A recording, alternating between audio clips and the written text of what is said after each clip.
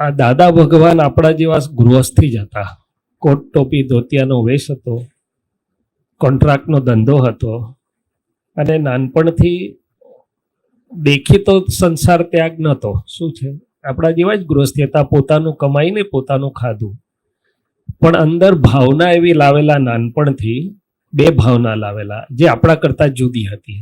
એક કે મને જે કોઈ મળે તેને મારાથી કશોક ફાયદો થવો જોઈએ, એને કશુંક મારાથી સુખ મળવું જોઈએ. શું મળવું જોઈએ? મારા સહિત આપણા બધાનું શું હોય, આ મને શું કામમાં આવે એવો છે એટલા સંબંધ રાખો. અહીં અમદાવાદ આવું તો ધર્મેશભાઈ કંઈ કામમાં લાગવાના હોય તો હું ધર્મેશભાઈને 2 ફોન કરું, નહીં તો ના કરું. શું કરું? બીજાનો ફોન આવે તો કદાચ હું લઉં એ ન હોય, આઈ એમ ટુ બિઝી. શું કરું? મારા સ્ટાફને કહું કે સાહેબ ફ્રી થશે તાર ફોન કરાવીશ. શું કરાવીશ? આપણી આવી ટેન્ડર એટલે કે ભાવના હોય. હવે આનું વિજ્ઞાન પણ વાત કરીશું. દાદા ભગવાનને આવી ભાવના હતી એટલે અંકિતભાઈની ભાષામાં બહુ ભોળા હતા દાદા ભગવાન, કે પાકા હતા, એ વાત સમજીશું. અને બીજી એમની ભાવના એવી હતી કે મારે આ પરમ સત્ય એટલે કે ત્રિકાળ સત્ય શું છે? પરમ સત્યને કહેવાય કે જે ભૂતકાળ, વર્તમાન કાળ અને ભવિષ્યકાળ, ત્રણેય કાળ કે યુગો બદલાય પણ સત્ય એટલે કે સત સિદ્ધાંત બદલાતા નથી. જે ત્રિકાળ છે ને સત કહેવાય છે, જે પરિવર્તનશીલ છે ને સત્ય કહેવાય છે. શું કહેવાય છે? કારણ કે વ્યવહારના કોન્ટેક્સમાં હોય છે. શું છે? જ્યારે પેલું તો વ્યવહાર સિવાય ગમે તે બદલાય પણ એ નિયમો બદલાતા નથી, તેમને એ જાણવું હતું નાનપણથી. અને એને કારણે 1958માં જ્યારે સુરતના સ્ટેશને અંદરથી ભગવાન પ્રગટ થાય છે. શું થાય છે? હવે તમે કીધું ભગવાન આપણા બધાની અંદર છે, પણ આપણું સોનું વેચવા જઈએ તો કોઈ લેતું નથી ને આપણને પોતાને એની ખાતરી બેસતી નથી કે મારી પાસે 24 કેરેટનું પ્યોર ગોલ્ડ છે કે નકલી છે કે અસલી છે, એટલે કે અનુભવ થતો નથી. પહેલી તો શ્રદ્ધા બેસતી નથી. સાંભળેલું છે, બરાબર છે, પણ ડાઉટલેસ કન્વિક્શન જેને ઇંગ્લિશમાં કહેવામાં આવે છે, એટલે ખાતરી બેસતી નથી. કેમ? તો કે જોયું નથી. આ ધર્મેન્દ્રભાઈ મને એક ડબલીમાં હીરો આપે કે ભાઈ વડોદરા કોઈક માણસને આપી દેજો ને કિંમતી છે, પણ એ ડબલી જ મારા માટે તો ડબલી જોઈ છે એટલું ડબલા જેટલી જ કિંમત છે. શું છે? પણ એ પાકા છે, ધીમે રહીને આમ ખોલીને બતાડે છે મને કે અંદર છે, પછી રેપ કરી દીધો. પણ એકવાર જોયા પછી હું ભૂલતો નથી. એટલે કે ભગવાનનું અંદરની જ્યાં સુધી કોઈએ મને એનું દર્શન એટલે અનુભવ કરાયો નથી ને ત્યાં સુધી વાતોમાં, શબ્દમાં છે, મને પરિણામ પામતું નથી. એટલે એમને એવું હતું ને અનુભવ જ્યારે 1958માં જ્યારે ભગવાન ખુલ્લા થયા એટલે કે આવરણો ખસી ગયા બધા, એટલે આખા બ્રહ્માંડને પ્રકાશી શકે એવો અનંત જ્ઞાન, અનંત દર્શન, અનંત સુખનો પ્રકાશ ખુલ્લો થયો. દેહ હોવા છતાં સિદ્ધ ગતિમાં હોય એટલો બધો આનંદ ખુલ્લો થઈ ગયો. અને સિદ્ધ ગતિનો આનંદ એવો છે કે અહીં છાંટે તો આખા વર્લ્ડને 1 વર્ષ સુધી ચાલે, એક ટપકું પડે તો. હવે એ કલ્પના કરી લેવાની. પણ પછી એમની ભાવના એક જ રહી કે જે સુખ પામ્યો તે બધા પામો. એમાંથી આખું આ વિજ્ઞાન ખુલ્લું થયું છે. અને એમાં 2 મજાની વાત એવી છે કે કોઈ વ્રત નથી, જપ નથી, નિયમ નથી, તપ નથી, ત્યાગ નથી, પત્ની છોડવાની નથી, પતિ છોડવાનો નથી, કશું જ છોડવાનું નથી, છતાં આ લાભ મળી શકે એમ છે. બાકી અત્યાર સુધી કોઈ બધા શું કહે, હમણે કીધું ને મોહ છોડવો પડે. શું કરવું પડે?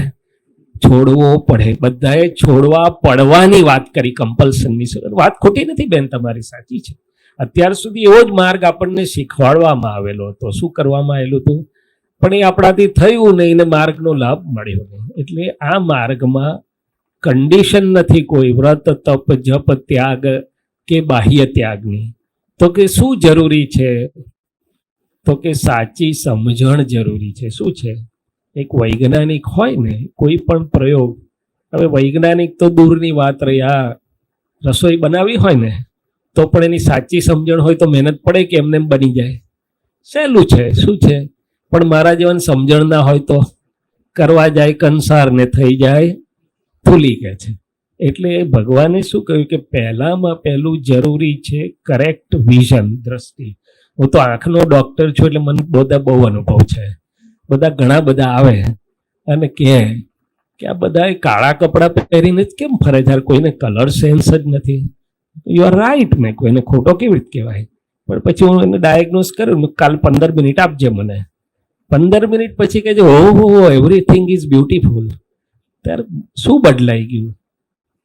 દ્રષ્ટિ બદલાઈ, બીજું કશું થયું નથી. એટલે ભગવાને એટલું જ કીધું કે સાચી સમજણથી સુખના બધા જ પઝલનું સોલ્યુશન છેવટે આ બધું જ જ્ઞાન, બધા જ બ્રહ્માંડનો આખો ઉગાડ છે. શું છે? અંદર બહાર બધે. અને અવળી સમજણ કે અધૂરી સમજણથી આ છે. એટલે વિજ્ઞાનમાં પણ એવો નિયમ છે, જો વિજ્ઞાનના ફંડામેન્ટલ્સ આપણને સરખી રીતે સમજાય તો મહેનતથી પરિણામ નથી મળતું, સાચા અન્ડરસ્ટેન્ડિંગ, ફંડામેન્ટલી કરેક્ટ અન્ડરસ્ટેન્ડિંગથી મળે છે. એટલે પહેલી વાત. અને બીજી વાત કે સાચી સમજણ ક્યાંથી લેવી? તો કે જે અનુભવી હોય એની પાસેથી. તો એમણે વ્યવહારની અને નિશ્ચયની બંને સમજણ આપી. ટૂંકમાં વાત કરું છું કારણ કે લિમિટેડ ટાઈમમાં અમારે એવું હોય, ઓપીડીમાં 50 જણ બેઠા હોય ને તો એ ગિવન ટાઈમમાં મારે 50 જોઈ લેવાના હોય. શું છે? નહીં તો પેલા બૂમાબૂમ કરે કે અમે બાકી રહી ગયા, કાં તમે ઓવર ટાઈમ કરો ને તમને ઘેર નહીં જવા દઈએ. શું કરી? તમારો કન્સલ્ટિંગનો ટાઈમ પૂરો થઈ ગયો, એની જોડે મારે કોઈ નિસ્બત નથી, મારું બાકી છે એનું શું? એટલે સમથિંગ લાઈક દેટ. એટલે ટૂંકમાં વાત કરીએ, સાદી વાત, સુખની વાત કરીને આપણને બધાને સુખ જોઈએ કે દુઃખ જોઈએ? અહીંયા સુખ માટે આવ્યા કે દુઃખ માટે? 6-7 દિવસ કે મહિનાથી કામ કરીને કંટાળ્યા હતા, લપકામણ જઈશું તો કઈ તો આનંદ થશે, સ્ટ્રેસ ઓછો થશે, હળવાશ આવશે, એટલે અહીંયા આવ્યા ને. તો કે જીવ માત્ર સુખને શોધે છે, ઇઝ કરેક્ટ. હવે સુખની ચાવી, ગોલ્ડન કી કઈ છે? આ કાર બદલવી એ તો સારી વાત છે, ફ્લેટ બદલવો એ પણ સારો છે, બધું સારું છે. પણ એ કેવું છે? તો કે થોડોક વખત આનંદ આપે પછી કંટાળો આવે. તે પણ આપણે એક્સેપ્ટ કર્યું છે. શું કર્યું છે? આ ધર્મેન્દ્રને પેલા જેવા વેવાય મળે ને આપણને, દુબઈની 7 સ્ટાર હોટલમાં આપણને 2-3 એક દિવસ ને બદલે 3 દિવસ રાખે, જાનને રાખે કે ના રાખે, સક્ષમ છે. શું છે?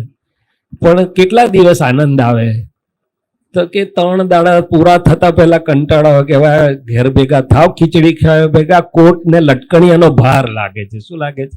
એટલે કે 2 પ્રકારના સુખ છે. એક રિલેટિવ જે સંયોગોમાંથી આવે છે, સુખ જરૂર છે, ભગવાને ના પાડી નથી. ભગવાને કહ્યું પ્રાપ્તને તું ભોગવજે, પણ જોડે જોડે વિજ્ઞાન સમજાવ્યું કે તને તૃપ્તિ નહીં આપે. અંદર શું આપે? આપશે, પછી કંટાળો આવશે, એટલે બીજું શોધવાનું, પછી કંટાળો એટલે ત્રીજું. પણ એ પણ એક્સેપ્ટ. તો કે એને સામે છેડે દિલ ઠારે એવું સુખ હોવું જોઈએ, દિલને ઠંડક થાય એવું. શું છે? ગાડી લાયા, હું ગાડી લાવ્યો, આ ધર્મેન્દ્ર મારથી મોટી લાવ્યો. શું લાવ્યો? એટલે મારી ગાડી કડવા દોડે, મને શું દોડે? કે હારો હું પાછળ રહી ગયો. કોમ્પિટિશન અને કમ્પેરિઝન. જ્યારે દિલ ઠારે એવું સુખ. એટલે દાદા ભગવાન ભોળા નતા, બહુ પાક્કા હતા. જે સમજીને સરળ થાય છે એને ભોળો નથી કહેવાતો. એ ભોળો ખરો, મહાદેવજી ભોળા હતા, પણ પૂરા જ્ઞાનની શિખર ટોચ સાથે હતા. શું હતા? એટલે ભોળપણ શબ્દ બહુ જુદો છે. તો કે દાદા ભગવાનને અનુભવ થયેલો, અને એ અનુભવ મને ધીમે ધીમે થયો. બધાએ વાંચ્યું છે, વિવેકાનંદ એવું કહ્યું કે those who live for others really live the life. સાંભળેલું છે એવું? કે બીજા માટે જીવે છે જ ખરેખર જીવે છે, એવું વિવેકાનંદે કહ્યું. સાંભળ્યું છે એવું? કંઈ નથી સાંભળ્યું? કઈ વાંધો નહીં, છોડો ને. અમદાવાદમાં તો આપણે ફટફટિયા મળે સાંભળવાનું, એ વિવેકાનંદને શું કરવો છે અહીંયા? ના, એ તો ખોટું શું છે ભાઈ? એ ખોટું નથી, પણ ફટફટિયા મળે તે દિલને ઠંડક આપે છે કે નહીં, તપાસ તો કરતા રહેવું પડશે કે નહીં કરતા રહેવું પડે? સુખ માટે ફટફટિયાની પાછળ દોડીએ છે ને, આખો દિવસ દોડધામ શાના માટે કરીએ છીએ? સુખ મળે એટલા માટે કે બીજા માટે? કે ટેન્શન વધે એટલા માટે? પેલામાં આવે છે ટેન્શન, दूसरों को पास वाले को देने का, अपने पास नहीं रखने का. પણ अपने पास से जाता नहीं, उसका क्या करे? નહીં તો બધાની સેલ્ફી ફ્રી સ્માઇલિંગ વાળી આવત. શું થાત? આ તો 3 વાર કે ને સ્માઇલ પ્લીઝ, તો કે મોડું હજી હશે નહીં. પછી કે સ્માઇલ પ્લીઝ, તો હશે નહીં. બાજુમાં હિરેનભાઈ ઉભા હોય તો કે સ્માઇલ પ્લીઝ, એટલે શું આવે? શું થાય? તો કે આનંદ દિલ ઠારે એવો ક્યાંથી આવે? એટલે દાદા ભગવાનની શોધખોળ હતી ને અનુભવ બધાને થઈ શકે એવો છે કે જ્યારથી નક્કી કરે છે કે મારા પ્રાપ્ત મન વચન કાયથી કોઈને સુખ હોવું જોઈએ, મળવું જોઈએ, એ પછી કબૂતરને ચણ નાખવાની વાત હોય, કોઈને બેસાડીને શાંતિથી વાત સાંભળવાની વાત હોય, કોઈનો ધક્કો ખાવાની વાત હોય, કે ડોક્ટર તરીકે કોઈને માર્ગદર્શન આપવાની વાત હોય, જેની જેવી ભૂમિકા. હવે આપણે ઘરે છોકરાની બર્થડે આવે ને સાહેબ, નક્કી કરીએ 15 દિવસ મહિના પછી છે, થોડા બાળકોને ભેગા કરીશું, થોડીક ચોકલેટો લાવીશું, 25-50 રૂપિયા ખર્ચીશું. હજી ખર્ચ્યા હોય તે પહેલા મોડું વસ્તુ થઈ જાય? હા કે ના? વગર પાવડરે સેલ્ફી સારી આવે? આવે ને? કોઈ ખર્ચો કર્યા વગર સેલ્ફી સારી આવે? કેમ? તો કે મનના લેવલ પર પણ જે કાર્ય નક્કી થયું છે કે જે બીજાને સુખ આપનારું છે તે પહેલા પોતાને સુખ આપે છે. જ્યાં સુધી હું આવું બધું સાંભળતો હતો ને કે ભાઈ બીજા માટે કરો, ત્યાં સુધી મને કાર્ય ફંક્શનલ થતું નહોતું. એ દવા કામ કરતી નથી. શું કરતી હતી? દવા બ્રાન્ડેડ હતી. કેવી હતી? ઓરિજિનલ હતી, પણ રિઝલ્ટ આપતી નથી. તે દવાને મારે શું કરવાની? તોપને બારે ઉપર ચડાવવાની? પણ જ્યારે મને અનુભવ થયો, વૈજ્ઞાનિક જીવન એક પ્રયોગ છે આપણું, શું છે, અને આપણે પોતે પ્રયોગી છીએ. જ્યારે અનુભવ થયો કે ખરેખર હું કોઈને સુખ નથી આપતો, પહેલું મને થાય છે. આ વાત સાચી કે ખોટી? બધા માટે સાચી કે મારા એકલા માટે? અનુભવ કરી જોજો. શું જ કરી જોજો? કોઈને માટે હજી નક્કી કરો છો કે આ માજી હોસ્પિટલમાં દાખલ છે, હું આમે એ રસ્તે જવાનું જ છું, તો પૂછી લઉં કે ભાઈ કંઈ જરૂર હોય તો આપતો જઈશ. કે ના ના કંઈ જરૂર નથી, તો વાત જુદી છે. જરૂર પણ હજી તો કહેતા પહેલા આપણને દિલમાં ઠંડક ઊભી થાય. અને સાયન્ટિફિકલી પ્રૂફ આપું તમને કે જેવું આ પોઝિટિવ અંદર ઊભું થશે, પછી સ્પીચ ને એક્શનમાં તો જ્યારે આવે, આપણી ફોટો તો સારા આવે, ઓરા બોડી પોઝિટિવ થાય. ઓરા બોડી જો કોઈ સાંભળ્યું, એનર્જી બોડી હોય છે, કોઈ પોઝિટિવ થાય. ફંક્શનલ MRI થી અમે લોકો બધું સ્ટડી કરતા હોય છે, બ્રેઇન વેવ્સ ને બધું, એ બધા પોઝિટિવ સિગ્નલ આપે. હોર્મોન્સ પોઝિટિવ સિક્રેટ થાય, આપણું સ્વાસ્થ્ય પણ સારું થાય, રોગો થયેલા હોય તો મટી પણ જાય. શું થાય? એટલે દરેક વસ્તુના સાયન્ટિફિક પ્રૂફ છે. અને બીજી બાજુ મને હું અહીંયા આવ્યો હોઉં ને કોક મને પછી કહી જાય કે તમારી ગેરહાજરીમાં ફલાણા ભાઈ તમારું ઊંધું બોલતા હતા, અથવા તમારો સ્ટાફ દવાખાનામાં ડિસિપ્લિન હાજર જ નહોતો ને એલફેલ જવાબ આપતો હતો, એટલે મારું શું નક્કી થાય? કંઈ નહીં, ઘેર જવું એટલી વાર એવો પાઠ ભણાવીશ કે ફરી નામ લે નહીં. હવે એ તો મજા કરે છે. પાઠ પહેલો કોને ભણવો પડે? લે તો સાસુને ખબર પાડતા પહેલા કોની પહેલા ખબર પડે છે? પણ કેમ આવું થાય છે? તો કે બહાર જોવાનું બધાએ શીખવાડ્યું છે, મોટી મોટી મેનેજમેન્ટ યુનિવર્સિટી, મેનેજ એવરીથિંગ, પણ કોઈએ મને એવું ના શીખવાડ્યું how to manage my self. શું કે? બહાર જોતા બધાએ શીખવાડ્યું, અંદર જોતા મને જ્યાં સુધી કોઈએ શીખવાડ્યું નતું ત્યાં સુધી આવો જ ભોળો હતો, એટલે મૂર્ખો હતો. શું હતો? પોતે પોતાની જાતે કોઈ પોઈઝન પીએ ખરું? પણ આપણે પીએ છે ખરા? નહીં? હા હા, તો કેમ? જાણીને કોઈ પીએ? તો કે ખબર જ નથી. શું છે? એટલે જેવું મારી અંદર નેગેટિવિટી ઊભી થાય છે કે આ મને આવું મારી પૂઠે આવું બોલ્યો, એકલો જ સ્માર્ટ છે, એટલે અંદર પોઈઝન ચાલુ થાય. શું થાય? શું પોઈઝન ચાલુ થાય તે પણ સમજાવું છું તમને. હવે આ દ્રષ્ટિએ વિચારો, આપણે જુઓ તો શું થાય છે? તો કે સિદ્ધાંતનો બીજો ભાગ કે મારા મન વાણી કાયાથી જે કોઈને કંઈ પણ દુઃખ પહોંચાડનાર છે, વાગવાનું છે, હર્ટ થવાનું છે, ડિસ્ટર્બ થવાનું છે, પહેલા મને ડિસ્ટર્બ કરે છે. તે વખતે મારું મોઢું બગડે, હોરા પિક્ચર બગડે, ફંક્શનલ MRI બગડે, બધું બગડે. શું બગડે? અને કોને સ્ટ્રેસ નથી આજે? આમાંથી હાથ ઊંચો કરો જો. કેટલાને સ્ટ્રેસ નથી? કેમ હાથ નથી? Very good. નથી તો બહુ સરસ. પણ ઘણીવાર એવું બને કે આપણને ખબર જ ના હોય કે સ્ટ્રેસ નામનું પ્રાણી ક્યાં છે અને આપણી અંદર કેવી રીતે કામ કરે છે. શું કરે છે? માફ કરજો, પણ એવું જરૂરી નથી. ઘણીવાર સ્ટ્રેસ ને કઈ રીતે તમે પરિસ્થિતિને જોવો છો એના ઉપર. ના, બિલકુલ કરેક્ટ છે. હું તમારી વાત જોડે સમજ છું. નાની મોટી જે વસ્તુઓ છે એને હમણાં હાલ આપણે વાત થઈ રીતે કે હું મારી જોડે 10 થી 12 વર્ષ જૂની વેગેનાર જ છે, નીચે પડેલી છે, બરાબર. મારી બાજુમાંથી BMW જતી હોય, એમાં હસબન્ડ વાઈફ ના ફેસ જોઈને મને એવું લાગતું હોય કે આ નથી સુખી. આ બાજુ કોઈ એટલે સ્કૂટર ઉપર જો વાઈફ ને આપણે ટૂંકમાં વાત કરીએ, અમે ડોક્ટરો છે ને બહુ લિમિટેડ ટાઈમ આપીએ છીએ કન્સલ્ટિંગ માટે. એટલે સ્ટ્રેસ હોવું કે ના હોવું વિચારો બહુ ટૂંકમાં કહું તો આપણા અંદરના વિચારો ઉપર છે. એ કેટલેક અંશે સાચું છે, હું સ્વીકારું છું કે અમુક હદ સુધીનો સ્ટ્રેસ સવડી સમજણથી તમે દૂર કર્યો, એન્ડ વેરી ગુડ અને એપ્રિશિએટેડ, હૃદયથી ધન્યવાદ આપું છું. પણ આગળના સ્ટ્રેસની પણ વાત કરી લઈશું કે પૂરેપૂરો સ્ટ્રેસ હજી આપણે જાણતા નથી, એ પણ વાત કરી લઈશ. એ વાત પર આવું છું હમણાં, જરાક આ વાત પૂરી કરી લઉં કે સ્ટ્રેસને પૂરેપૂરો હજી ઓળખતા જ નથી આપણે. તો કે છે કે આટલું મને ખબર પડે છે કે હું કોઈના માટે જેવું ખબર પડવાનું અંદર નેગેટિવિટી ઊભી થાય છે અથવા કંઈ પણ. અચ્છા, આપણે 4 વ્યક્તિ ભેગા થતા હોઈએ છીએ, અહીંયા સત્સંગની વાત નથી, નોર્મલી ત્યારે ગજવામાં એક ટેપ રેકોર્ડ રાખવાનું, આપણે શું વાત થતી હોય છે 5મી કે 10મી મિનિટે, પેલો આવો છે, પેલી આવી છે, પોતાની જાતને હોશિયાર સમજે છે અને આમ કર્યું, એટલે કોઈની કાપવાની વાત થતી હોય છે કે કોઈના ગુણગાનની પ્રશંસાની વાત વધારે હોય છે. આખા દિવસનું આપણે સરવૈયું કાઢીએ ને તો તે વખતે આપણું સુખ વધે કે ઘટે?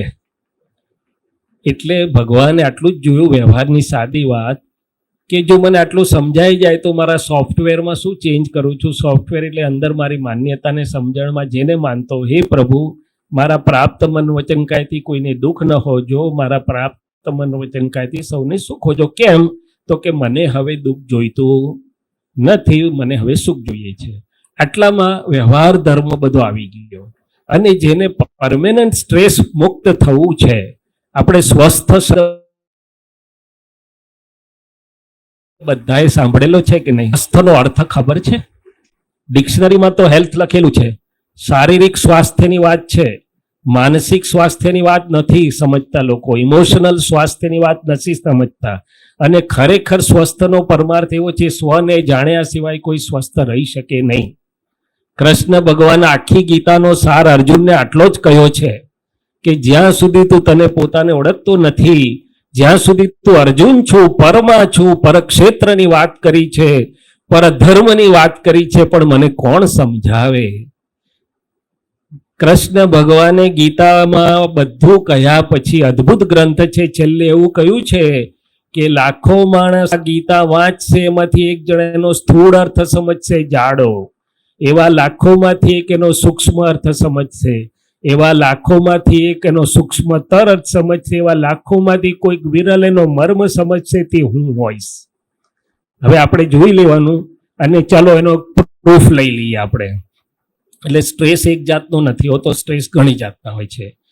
આને મારી સાથે આવું કેમ કર્યું, અથવા તો મારી પછી કહેજો, મને મારી વાત પૂરી કરી લેવા દો, હું તમને જરૂર સમય આપીશ.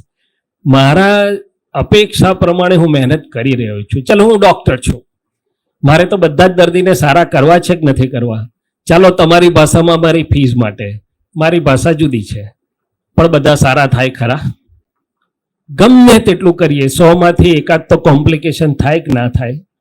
એ જે કોમ્પ્લિકેશન થાય છે મને સ્ટ્રેસ આપે છે કે નથી આપતો? કેમ?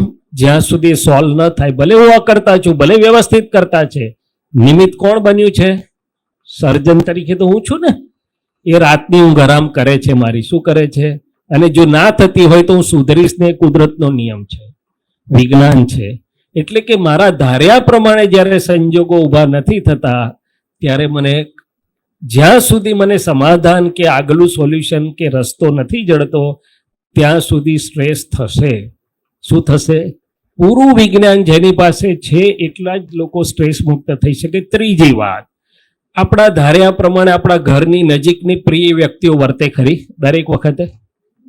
આપણું માને કે આપણું એમનું મનાવવા ફરે આપણને? બોલો ને. અને જ્યારે આપણને સમજાતું હોય કે આ મૂર્ખાઈ કરે છે ત્યારે સ્ટ્રેસ ઊભો થાય અંદર કે ના થાય?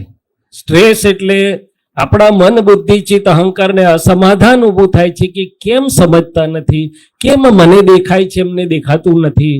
આપણે ભણાવનારા છીએ, બહુ મહેનત કરી છે, તોય 3 ડફોડ છોકરા પેપરમાં કશું જ લખીને નથી આવતા. એનું દુઃખ થાય ટીચરને? આટલી બધી મહેનત કરી તોય? એટલે સ્ટ્રેસના ઘણા કારણો છે, આપણે આટલું જ રાખીએ. અને મૂળભૂત સ્ટ્રેસ, હું આ શૈલેષ છું ને, એ મોટામાં મોટો સ્ટ્રેસ છે જો જ્યારે સમજણ પડશે ત્યારે. કારણ કે ત્યાં સુધી ચિત્તને નિરાકુળ આનંદનો અનુભવ ના થાય. આકુળતા વ્યાકુળતા જ હોય, બધું જ સમજણ હોય, બધું જ ડાયો હોય, પણ આ પરક્ષેત્રમાં બેઠો છે. શું છે? પરને. એટલે હવે અહીંયા કૃષ્ણ ભગવાનનો એક શ્લોક લઈએ આપણે. કૃષ્ણ ભગવાને એવી વાત કરીને, સર્વ ધર્માન પરિત્યજ્ય મામ એકમ શરણમ વરજ પરધર્મ ભયાવહ. સાહેબ પરધર્મ કોને કયા છે અહીંયા? હવે મને તમે કહો અહીંયા, ચાલો ટૂંકમાં કહો, એને કોને શરણે, કૃષ્ણને શરણે હું આવ્યો. યોગેશ્વર કૃષ્ણને જ માનું છું, સંપૂર્ણ એને મન બુદ્ધિ ચિત્ત અહંકારથી સમર્પિત છું, છતાં મને ચિંતા થાય છે, છતાં મને આંતરિક ક્લેશ છે, છતાં મને અંદર ક્રોધમાન માયેલો ઊભા થાય છે.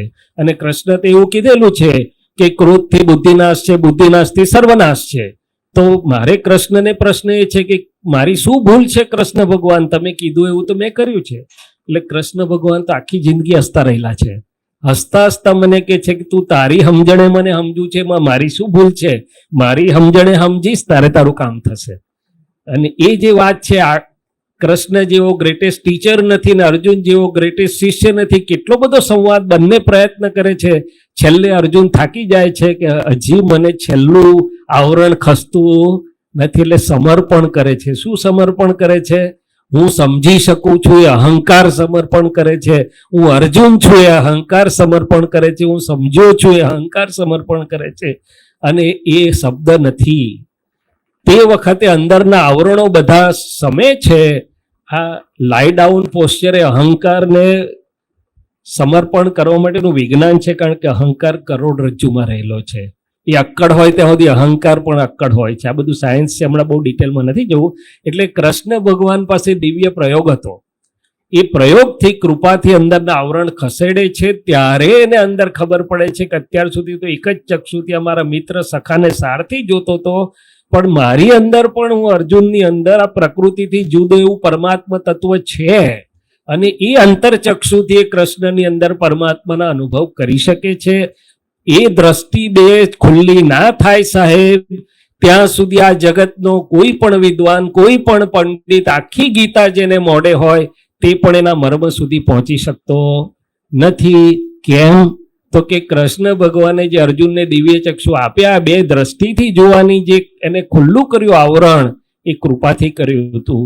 અને બે દ્રષ્ટિ ખુલ્લી થાય પછી જ છેલ્લામાં છેલ્લું સ્ટ્રેસ મુક્ત અને છેલ્લામાં છેલ્લો આનંદ થાય. એટલે કે બીજી મારી ભાવના શું હોવી જોઈએ? આ નવા લોકોને માટેની વાત છે. પહેલી ભાવના આપણે કરી. બીજી ભાવના કે હે પ્રભુ, મારે હું કોણ છું એ જાણવું છે. એટલે કે મારું મૂળ સ્વરૂપ શું છે? તમે જયંતભાઈ છો ને, કે તમારું નામ જયંતભાઈ છે? નામ જ ને જયંતભાઈ નામ. તો આપ કોણ છો? બધાને આપવાની જરૂર છે. જો માય નેમ કહો છો તો માય નેમ કહેનારો હું કોણ છે અંદર? તમે માય બોડી કહો, અંદર ભગવાન જ છે. હા, એટલે ભગવાન છે, વાત સાચી. પણ તમે ભગવાન સાથે એકાકાર છો, ભગવાનથી જુદા છો, એ મારે માટે મહત્વનું છે. લાઇટ છે, પાવર છે, વોલ્ટ છે, બધું છે, પણ હું ચાર્જ થવા એની જોડે જોડાયેલો છું કે નહીં તે મારે મહત્વનું છે. અંદર ભગવાન છે એવું આપણે કહીએ છીએ, પણ હું ભગવાન સ્વરૂપ છું અથવા હું ભગવાન જોડે જોડાયેલો છું કે ભગવાન સ્વરૂપ તો ના જ હોય, પણ એના જેવા આપણે એના પ્રયત્નો એવા હોય. આપણે એની સાથે છું કે એનાથી વિમુખ છું? એટલે કે ટૂંકી વાત, સન્મુખ થવાનો પ્રયત્ન હંમેશા કરતો રહો. એ સન્મુખ થવું કેવી રીતે, એ ટૂંકમાં વાત કરું. એના વિચારો ઉપર ચાલુ. એને શ્રીમદ ભગવદ્ ગીતામાં જે કહ્યું છે એના ઉપર ચાલવાનું, નહીં કે એને એની જીવનમાં કૃષ્ણ ભગવાને જે કર્યું છે એ જોઈને ચાલુ. કારણ કે તો જન્મારાવ વીતી જશે તો હું એવું કરી શકવાનું નથી, પણ એમણે શ્રીમદ ભગવદ્ ગીતામાં જે કહ્યું છે એ પ્રમાણે આપણે ચાલવાનું. એ જ વાત કરું છું. કૃષ્ણ અર્જુનને એણે એ જ કીધેલું કે તું ત્રિગુણાત્મક પ્રકૃતિથી પર થા તો વાત ખરી. શું કીધું? ત્યાં સુધી કહી દીધું કે વેદો 3 ગુણવાળી પ્રકૃતિમાં છે, તું ત્રિગુણાત્મક. હવે મારો પ્રશ્ન એ છે સાહેબ કે ત્રિગુણાત્મક પ્રકૃતિથી પર કેવી રીતે થાય? હું જયંતભાઈ છું ત્યાં સુધી પ્રકૃતિમાં જ રહીશ. પ્રકૃતિ સારું કરશે તો હું ખુશ થઈ જઈશ કે હું બહુ દયાળુ છું, બહુ નોબલ છું, બહુ હેલ્પિંગ છું, બહુ આમ છું. અને પ્રકૃતિ જે દાડે નિર્દય થશે તે દાડે મને ડિપ્રેશન આવશે. એટલે કે પ્રકૃતિના સાત્વિક, રાજસિક અને તામસિક 3 ગુણમાં જ આખું જગત છે. એમાંથી બહાર કોણ નીકળી શકે જેને કૃષ્ણ જેવી દ્રષ્ટિ આપનાર આત્મયોગેશ્વર મળે તો જ. તો કે એ કેવી રીતે, એની વાત કરવા માંગુ છું. કે હું જયંતભાઈ છું તો મારું નામ છે, તો એમાં હું કોણ છે? હું આ જ્યારે એમ કહું છું કે મારું ઘડિયાળ છે કે મારો ફોન છે, તો એ ફોન જેને મારું કહું છું, વસ્તુને મારું કેનાર બે જુદા હોય કે એક હોય? બરોબર ને? ફોન ખોવાઈ જાય ન આવે, પણ હું ખોવાઈ જવું તો આવે? હું ખોવાતો જ નથી ને. તો માય બોડી કહીએ છીએ કે આઈ એમ બોડી કહીએ છીએ? માય સ્પીચ કહીએ છીએ કે આઈ એમ સ્પીચ કહીએ છીએ? માય અન્ડરસ્ટેન્ડિંગ કહીએ છીએ કે આઈ એમ અન્ડરસ્ટેન્ડિંગ કહીએ છીએ? માય ફિલિંગ્સ કે આઈ એમ ફિલિંગ્સ? માય કર્માસ કે આઈ એમ કર્માસ? માય ઈગો કે આઈ એમ ઈગો? તો જેને જેને મારું કહેવામાં આવે છે ને એક બાજુ પર મૂકો તો બીજી બાજુ શું વધે? હું, આઈ. એટલે I with my is ignorance. શું છે? માયા કો, મોહ કો, ઇગ્નોરન્સ કા. I without my by way of understanding is beginning of enlightenment. શું છે? ભગવાનને ઓળખવાની શરૂઆત ત્યાંથી થાય છે. મારામાં ભગવાનનો અંશ છે ને હું ભગવાનનો છું, આ વિચારધારા જે એની વાત છે. કરેક્ટ છે સાહેબ, પણ એટલાથી આપણી યાત્રા આગળ હજી લપકામણ. અમે વડોદરાથી આવતા હતા ને એટલે મેપ કહેતું હતું કે you are on the track, પણ you have not reach the destination. શું કહેતું હતું? ડેસ્ટિનેશન પર પહોંચવાની વાત કરવી છે કે ટ્રેક ઉપર છે એટલી જ વાત કરવી છે? તમે કહો એટલી વાત કરું. મારે તો બહુ બધા છે એટલે હું ટ્રેક ચેન્જ કરી નાખીશ. પર્સનલી હું તો જનરલ વાત કરતો હતો. નહીં, હું એ તો આખો આપણો જન્મ વીતી જાય તો એ ટ્રેક હજુ તો ના, એ વાત સાથે હું સંમત નથી. આપણે ડેસ્ટિનેશન પહોંચવાના પ્રયત્નો મારે કરવાના. એટલે કે એ જ વાત કરું છું કે ભગવાન એ જ વાત કરે છે કે કૃષ્ણ હતા તો અર્જુનને માટે બાકીના જન્મો બાકી નતા, તરત સરળ હતું. નતા મળ્યા ત્યાં સુધી અનંત જન્મારા માથું કૂટે તોય પાર નહીં આવે. એ વાત સિદ્ધાંત છે. તો કે છે કે જેને જેને મારું કહેવામાં આવે છે, my house, my body, my wife, including my mind, my speech, my body, my feelings ને માય કર્માસ, એને શરૂઆત અને અંત છે કે નથી? છે. માય બોડીને છે. ગર્ભમાં આવ્યા ત્યાંથી નનામી કાઢે કે ના કાઢે? અમદાવાદમાં કોઈની નનામી નહીં કાઢતા હોય. તો કે નનામી એટલે વ્યવહાર ચલાવવા નામ આપી દીધું, લઈ લીધું, નામ વગરનો ચાલ્યો કે છે. તો પછી આ જો શરૂઆત અને અંત વાળું છે એટલે કે ચેન્જિંગ છે એટલે કે વિનાશી છે, તો એને જાણનારો અંદર અવિનાશી હોવો જોઈએ ને. તો કે મારું મૂળ સ્વરૂપ અવિનાશી છે પણ મેં અનુભવ કર્યો નથી. અચ્છા, મારા વાળો જે ભાગ છે, અચ્છા, કરનારો ને જાણનારો બે એક હોય કે જુદા હોય? કરનારો ને જાણનારો બે એક હોય કે જુદા હોવા જોઈએ? હા. અને આપણે શું કહીએ છીએ? મેં કર્યું, મેં જાણ્યું. કેમ? તો કે હું જાણનારાને જાણતો નથી. એટલે ભગવાન જ્ઞાની એટલું જ કે છે, જાણનારાને જાણશો એટલે તમારું બધું કામ થઈ ગયું. શું થઈ ગયું? Destination will be nearby. શું છે? ત્યાં સુધી રસ્તા ક્યારે ડાયવર્ઝન લેશે કહેવાય નહીં. તો કે જાણનારાને જાણો. ત્રીજી વાત કે હું આ ધર્મેશને ઘરે ગયો હોઉં, રાત્રે ત્યાં સૂઈ ગયો, એટલે સવારે મને પૂછે સાહેબ સરસ ઊંઘ બરાબર આવી? એટલે હું કહું કે હા સરસ ઊંઘ આવી ગઈ. એટલે બાજુ બિહારી આનંદજી બેઠા હોય, પૂછે કે ઊંઘી કોણ ગયું, જાણ્યું કોણે? એટલે કે જાણનારો છે. સારો વિચાર આવ્યો, ખરાબ વિચાર આવ્યો, સાહેબ વિચારો આપણે નથી, વિચારો ઉપયોગી છે, પણ આપણે વિચારોથી ઉપરની ભૂમિકા વાળા કંઈક છીએ. શું છે? જો એકલા વિચાર હોત તો ખોટા વિચાર આવે ને ત્યારે આપણે મૂંઝવણ વધી જાત. પણ વિચારો જુદા છે અને આપણે જુદા છીએ. શું છે? પણ એ અત્યારે તરત વાત નથી કરવી, પણ ટૂંકમાં હું છું એટલે શંકરાચાર્ય કીધેલું કે હું મન નથી, બુદ્ધિ નથી, ફિલિંગ્સ નથી, કર્મા નથી, સચ્ચિદાનંદ સ્વરૂપોહમ.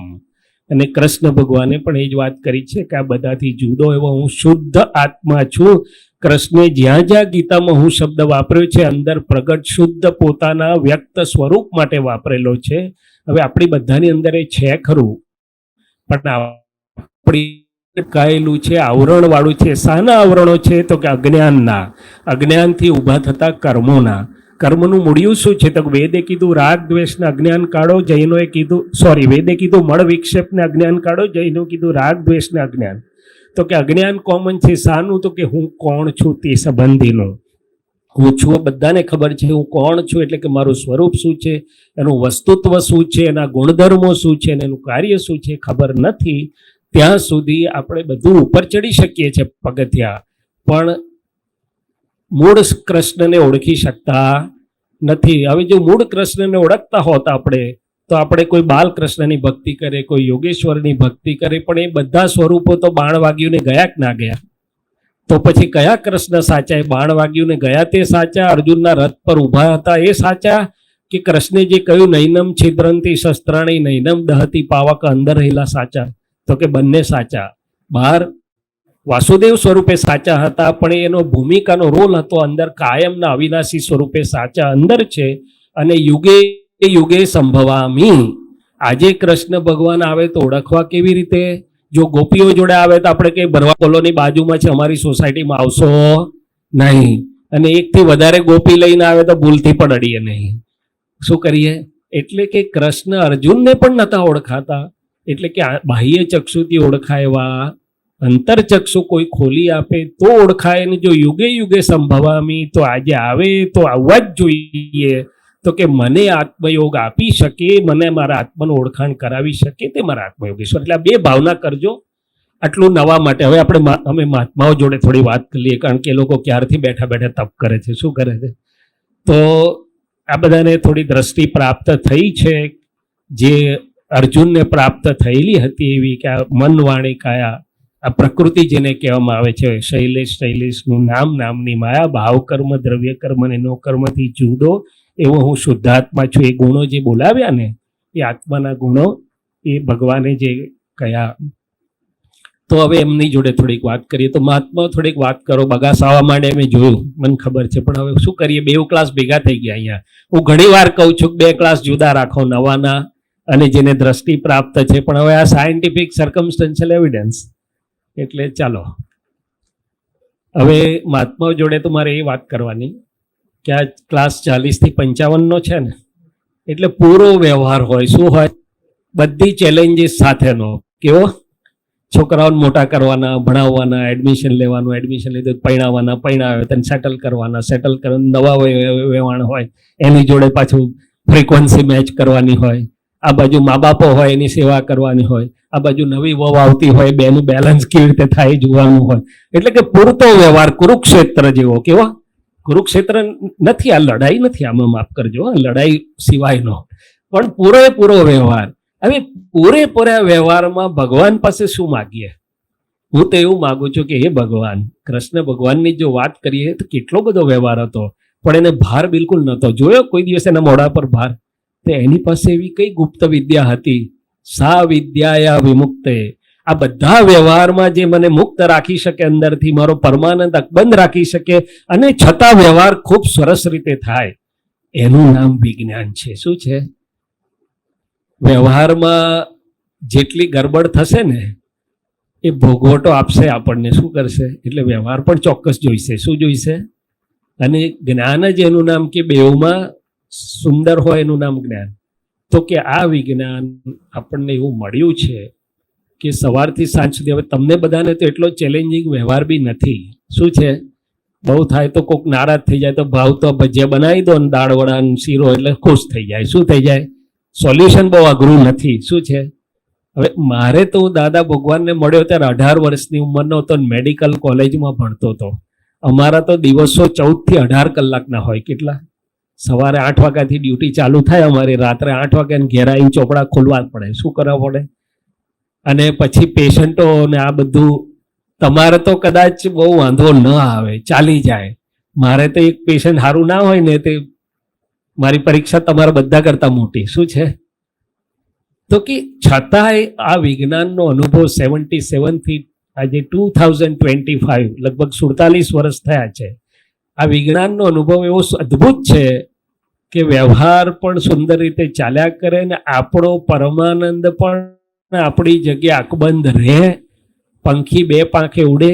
એટલે આપણે એ પ્રયોગની વાત કરીએ થોડી મહાત્માઓ જોડે, કે આવું કેવી રીતે થઈ શકે સુંદર રીતે. કારણ કે નહીં તો શું થાય, હું મારી પોતાની જ વાત કરું, કે જો આપણી પાસે આ ગોઠવણી ન મૂકીએ ને, તો સવારથી જ ચાલુ થાય ચકૈડું. શું ચાલુ થાય?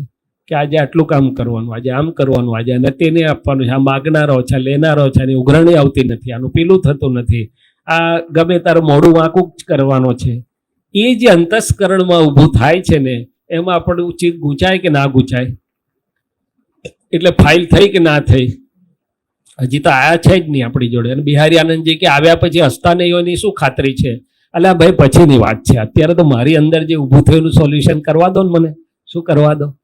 એટલે કે એની જોડે મારે કેવી રીતે રહેવું, એટલે કે મારા જ અંતસ્કરણ જોડે મારે કેવી રીતે હું રહું શુદ્ધાત્મા સ્વભાવમાં, તો મારો પરમાનંદ પણ અકબંધ રહે, એ લાઇટ વ્યવહારને પણ હળવો રાખે, અને મારો આનંદ વધતો જાય. શું વધતો જાય? એટલે મારો એક અનુભવ એવું કે છે કે જો વિજ્ઞાનમાં આપણે થોડુંક સમજણ બરોબર છે, તો ભાર વગર વ્યવહાર પસાર થાય. શું થાય? અને આપણે બધાને ક્યારેક વ્યવહારનો ભાર લાગે છે? હા કે ના? 4 ના ગમતા મહેમાન આવવાના છે, એ ભારરૂપ જરાક લાગે ખરું અંદર. પછી આપણે ભલે દાદાને યાદ કરીએ ને બધું કરીએ ને ભાર ઓછો કરવાની કોશિશ કરીએ, શું કરીએ? હા કે ના? અને આ લોકોને 2 ઉઘરાણી આવતી જ નથી, એનો ભાર લાગે કે ના લાગે? તો કે ભાર, આ વિજ્ઞાન એવું કહે છે કે વ્યવહાર છે, અને આજના કાળનો વ્યવહાર તો બહુ ગૂંચવણવાળો છે. શું છે? બહુ મૂંઝવણવાળો છે. પણ છતાંય આપણે રસ્તા આ વિજ્ઞાનના એવા છે કે આપણાથી થઈ શકે. શું થઈ શકે? તો એ વાત કરો, ચાલો થોડીક પ્રયોગની વાતો કરીએ આપણે.